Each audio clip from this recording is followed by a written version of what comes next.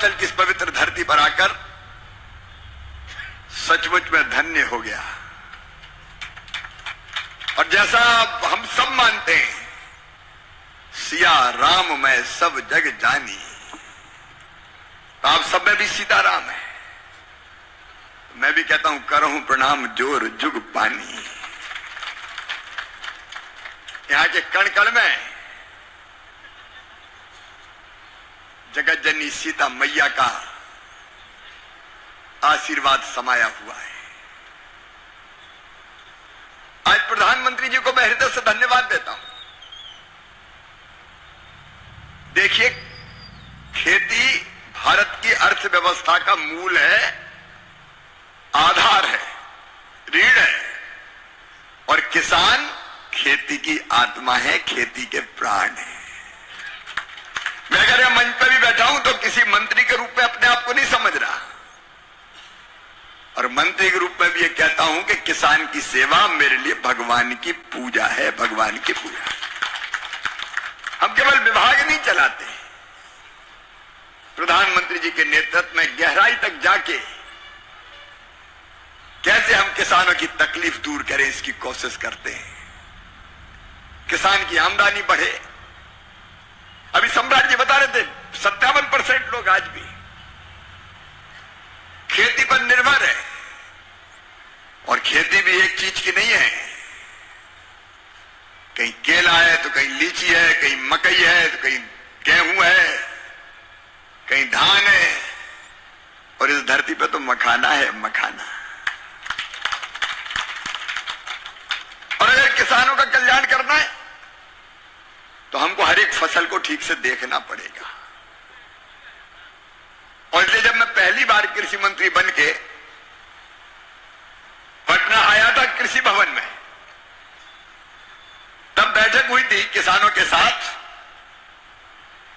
और उस बैठक में मखाना उत्पादक किसानों ने अपनी समस्या बताई थी। अटल जी को प्रणाम, उन्होंने ये केंद्र बनाया, और मोदी जी का अभिनंदन कि अब मखाना बोर्ड बनाने का फैसला हो गया है। अब मखाना तो सुपर फूड है, पौष्टिकता का भंडार है, लेकिन मखाना आसानी से पैदा नहीं होता। मखाना पैदा करने के लिए कितनी तकलीफें सहनी पड़ती है, ये यहां आके ही देखा जा सकता है। और जब मेरे मन में ये भाव आया, मैंने आदरणीय उप मुख्यमंत्री जी को, कृषि मंत्री जी को कहा कि भैया हम कृषि भवन में बैठ के बना दे मखाना बोर्ड, सब अफसर बैठ जाए और मखाना बोर्ड बन गया। लेकिन जिनने तकलीफ नहीं देखी वो क्या दिल्ली के कृषि भवन में या बंगलों में बैठ के कोई अच्छा बोर्ड बना सकते हैं क्या? जाके पांव न फटी बिमाई, बोका जाने पीर पराई। मैंने कहा देखना तो पहले वहां तो चलो,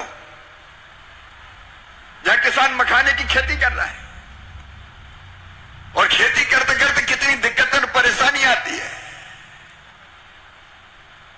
और इसलिए मेरे मन में एक बात आ रहा है और आई, ये भी हो सकता था कि हम आते हैं, मंच पे स्वागत करवाते, भाषण देते और निकल लेते, उससे भी सही जानकारी नहीं मिलती। तो मन में भाव आया, शिवराज तू तो सेवक है, तो एक बार तालाब में, पोखर में घुस जा और जाके वहां मखाने के बेल को लगा, तब तो पता चलेगा कि खेती कैसे होती है। और इसी पवित्र भाव से अगर हम देखो, जनता की तकलीफ समझने की कोशिश ही ना करें, और वो सुनने में भी पता नहीं चलती कि इतनी तकलीफ होती है। वो तो जाके देख के जब पानी में घुसते हैं तो कितने पांव धंसते हैं, और पानी से कैसी कैसी खुशबू आती है, ये तो अंदर घुस के ही पता चलता है। और जब वो बेल हाथ में ली तो उसके ऊपर भी कांटे और नीचे भी कांटे। हमने कहा तुम तो शिवराज केवल मखाने खाते हो, ये कांटे देखे कभी? और इन कांटों के पत्तों को हाथ में लेके जब हमारे भाई बहन मखाना की खेती करते हैं तो मैंने तो हाथ फेर के भी पत्ते में देखा कांटे कैसे गड़ते हैं। अच्छा, जितना लगाना कठिन है उससे ज्यादा निकालना कठिन है। अब मैंने पूछा कि निकालने के क्या क्या यंत्र होते हैं। खोंदी, डेली बांस की छड़ी से बनी रहती है। ये कच्चे पके बीजों को संग्रहित करने के लिए फिर छलनी चाहिए, फिर मैट चाहिए, फिर लोहे की कढ़ाई में भूनो, एक बार नहीं दो बार, अफारा, बटना, थापी, चूल्हा और बांस की छड़ियां। अगर ये नहीं आता दरभंगा तो शिवराज को समझ में ही कैसे आता है। और इसलिए मन में आया, मैं सम्राट जी आपको बहुत बधाई देता हूं, प्रधानमंत्री जी के कार्यक्रम की तैयारी में जुटे थे, लेकिन आपने भी आने का फैसला किया और सही अर्थों में आपसे समझा कि मखाना बोर्ड बने तो कैसे बने। और इसलिए मेरा अधिकारियों को भी निर्देश है, आईसीआर के लोग, अनुसंधान केंद्र के लोग, आईसीआर काम करेगा कांटा रहित मखाने का बीज कैसे विकसित किया जा सकता है। यह किया जा सकता है आज के युग में, यह संभव नहीं है। यह बात मैकेनाइजेशन की आई, पानी में डुबकी लगा के निकालना पड़ता है, पूरे डूब गए, आंख में पानी, नाक में पानी, और केवल पानी नहीं होता, पानी में कीचड़ भी होती है। अब आज के युग में मैकेनाइजेशन से यह परिस्थिति बदली जा सकती है। अब यंत्र तो बने हैं, लेकिन उसमें आधा मखाना आता है, आधा आता ही नहीं है। गुड़िया बड़ी मुश्किल से निकलती है। और इसलिए मैकेनाइजेशन होगा और ऐसे यंत्र बनाए जाएंगे जो आसानी से गुड़िया को बाहर खींच लाएं। आजकल टेक्नोलॉजी है और प्रोसेसिंग में लगे कई मित्र ये काम कर रहे हैं। कई तरह के सुझाव है, मैं एक एक पर नहीं बोलना चाहता। मुझे भी भागलपुर जाना है, सम्राट जी को भी व्यवस्थाएं देखना है सारी। कल के दिन बिहार के सौभाग्य के सूर्य का उदय होगा जब नरेंद्र मोदी यहां पधारेंगे। और ये एक एक सुझाव पर मैं नहीं बोल रहा, कई बार कीमत का सवाल होता है। हम 3-4 चीजें करेंगे जो मैं आपको बहुत ब्रीफली बताना चाहता हूं, और आपके एक एक सुझाव को जिन्हें लिख के भेजे वो भी चिंता नहीं करें। उनके सुझाव को भी सम्राट जी ने भी देखा, मैंने भी देखा है। जो राज्य को करना होगा वो सम्राट जी नीतीश जी से बात करके करेंगे, और जो केंद्र को करना होगा वो कृषि मंत्री करेगा। आप चिंता मत करना, प्रधानमंत्री जी का आशीर्वाद लेकर हम एक तो करेंगे उत्पादन कैसे बढ़े, पर हेक्टर या पोखर में जितना हम लगाते हैं तालाब में, उत्पादन बढ़ाना। दूसरा हम काम करेंगे उत्पादन की लागत घटाना। लागत कैसे घट सकती है उसके कई पक्ष मेरे सामने आ गए।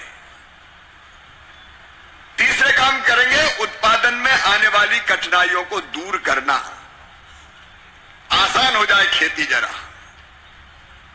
अब कई पोखर चाहिए, तालाब चाहिए, पानी रोकने की व्यवस्था चाहिए। हम लोग विचार करेंगे कि केंद्र और राज्य सरकार की अलग अलग योजनाओं के तहत ये कैसे बनाए जा सकते हैं। क्या मनरेगा में कई तालाबों का निर्माण हो सकता है? कई तरह के रास्ते निकल सकते हैं, उस पर भी हम काम करेंगे। तो कठिनाइयों को दूर करना, और एक जिसके लिए कई काम करने पड़ेंगे वो है उचित मूल्य मखाने का मिल जाए किसान को, इसका इंतजाम करना। अभी तो ठीक है, लेकिन कई बार गिर जाते हैं, और इसलिए बाजार का विस्तार, मंडियों को ठीक करना, घरेलू बाजार, अंतर्राष्ट्रीय बाजार। ये सुपर फूड मखाना मिथिलांचल वालों एक दिन दुनिया में छा जाएगा, क्योंकि इसके गुणधर्म से जानकी मैया का आशीर्वाद प्राप्त है। और इसलिए सुपर फूड की कैसे हम मार्केटिंग करें, ब्रांडिंग करें, पैकेजिंग करें, उस सब में सहयोग देंगे। एक बात और आई कि लीज पे अगर जमीन ले तो अब राज्य सरकार उसको ढंग से देखेगी, लेकिन केंद्र सरकार, सम्राट जी, एक बात पे विचार कर रही है। जो लीज पे जमीन लेता उसको केंद्र सरकार की योजनाओं का लाभ नहीं मिलता।